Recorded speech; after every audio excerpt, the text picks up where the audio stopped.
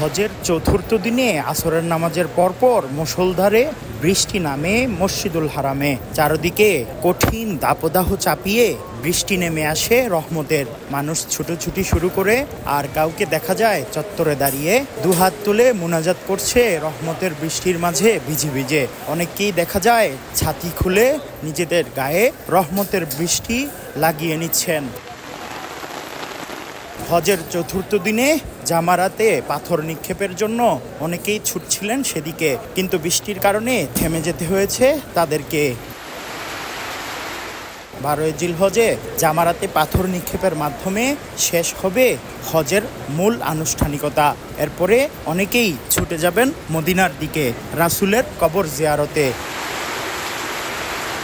বাইতুল্লাহ চত্বর থেকে মুফতি আব্দুল্লাহ তামিম, সময় সংবাদ।